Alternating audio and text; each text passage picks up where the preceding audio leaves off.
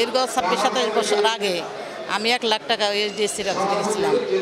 দীর্ঘ 27 বছর পরে আবার এই টাকাটা ফেরত পেলাম। আমি টাকাটা ফিক্সড রাখছিলাম, পরে এই জায়গায় থেকেই টাকাটা ওনারা করে দিল। এটা টাকাটা পেয়ে সালাম সাকদার এটাও নিছে, এটা পেয়ে আমি অনেক খুশি। আজকের যে বিষয়টা হচ্ছে, আজকে প্রায় 300-র উপরে আমাদের গ্রাহক সংখ্যা যারা আদালতের মাধ্যমে এই টাকাটা চেয়েছে। আদালত একটা সুন্দর পরামর্শ আমাদেরকে দিয়েছে এবং আমাদেরকে আদালত জিজ্ঞাসা করেছে যে আমরা এটা আপিলে যাব কিনা বা আমাদের কোনো মন্তব্য আছে কিনা, আমাদের টাকাটা দিতে অসুবিধা আছে কিনা। আমরা আদালতকে জানাচ্ছি যে না, আমরা টাকাটা আরও আগে থেকেই দিতে চাচ্ছি। 25 বছর দেরিটা আসলে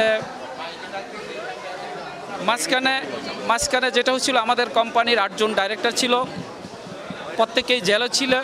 2001 সাল থেকে 8 সাল পর্যন্ত এরা জেলে ছিল। ওইখানে চলে গেছে তাদের 8 বছর। জেল থেকে বের হওয়ার পরে একটা রায় দিয়েছিল আদালত, টাঙ্গাইল ডিস্ট্রিক্ট জাজ একটা রায় দিয়েছিল, চৌধুরী মনিরুজ্জামান।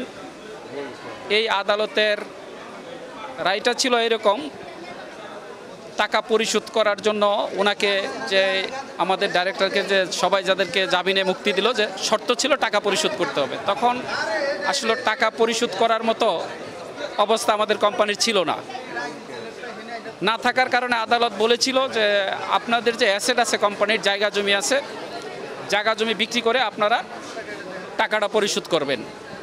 সেই শর্ত অনুযায়ী এই জায়গা জমি বিক্রির জন্য একটা কমিটি করে দিয়েছিল, যেই কমিটিতে গ্রাহকদের পক্ষে একজন ছিল সালাম চাকলাদার, যিনি গ্রাহকদের প্রতিনিধি। আর টাকাটা যেন সুষ্ঠুভাবে সাধারণ জনগণ পায়, সেইখানে টাঙ্গাইল জেলা প্রশাসক এবং টাঙ্গাইল জেলা এসপি, প্রেস ক্লাবের সভাপতি এবং টাঙ্গাইল ডিস্ট্রিক্ট কোর্টের জেলা পিপি মহোদয় সহ 7 জনকে একটা কমিটি করে দিয়েছিল, যে কমিটির মাধ্যমে আমাদের অ্যাসেটগুলি বিক্রি করে এই টাকাটা পরিশোধ করার কথা ছিল। এই কমিটি সর্বোচ্চ চেষ্টা করেছে এই জায়গাগুলি বিক্রি করতে। জায়গার দাম অনুযায়ী পাবলিকের টাকার সংখ্যা হয়তো বেশি। আরেকটা বিষয় ছিল, এই জায়গাটা ছিল ব্যাংকে মর্গেজ, ব্যাংকের একটা লোন ছিল আমাদের। দুইটা মিলে জায়গার টাকার পরিমাণ আর ব্যাংক এবং পাবলিকের টাকার পরিমাণ কম বেশি হয়ে যাওয়ার কারণে হয়তো জায়গাটা বিক্রি করতে পারে নাই কমিটি। দীর্ঘ আজকে 20 বছর পিছিয়ে যাওয়ার কারণ আমি যতটুকু জানি ওইটাই ছিল, আমাদের প্রতিষ্ঠানের দেওয়ার মতো সামর্থ্য ছিল না। এখন আমরা কিছু জায়গা বিক্রি করেছি, বিক্রি করে আমরা ব্যাংক এবং জনগণের ঋণ আমরা পরিশোধ করার কার্যক্রম চালাচ্ছি।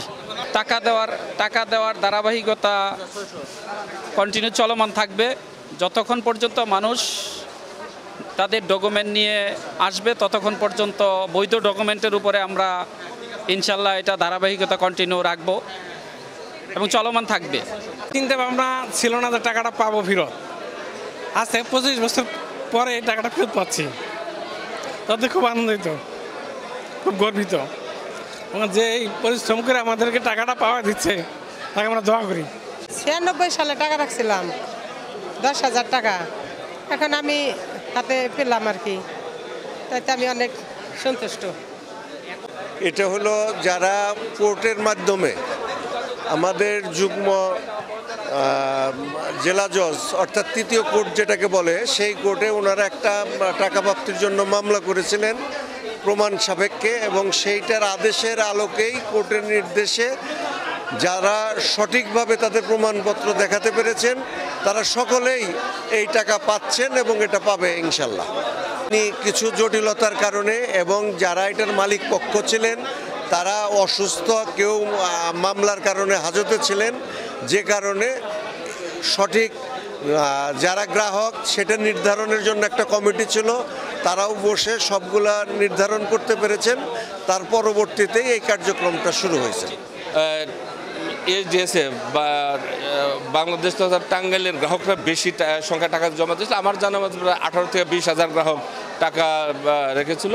কিন্তু এসডিএসএর সংস্থাটা যখন বন্ধ হয়ে যায় এবং মালিক এর কর্ণধারা যখন জেলখানা যায়, তখন মানুষের মধ্যে শঙ্কার সৃষ্টি হয়। পরে দীর্ঘ আন্দোলন সংগ্রাম এবং আদালতে মামলা করে আদালতের আদেশের প্রেক্ষিতে আজকের গ্রাহকরা টাকা পাচ্ছে এবং এই আয়োজক প্রতিষ্ঠান তারা 1 বছর না 2 বছরের মধ্যে যে যার যে ডকুমেন্ট আছে নিয়ে আসলে টাকা ফেরত দেবে। এটাই আমাদের সন্তুষ্টির ব্যাপার। যখন গ্রাহকদের পক্ষে আমরা কথা বলেছি, এটা আমাদের সন্তুষ্টির ব্যাপার যে সর্বশেষ গ্রাহক যেদিন টাকা পাবে সেই দিন আমি পূর্ণাঙ্গ সন্তুষ্ট হব।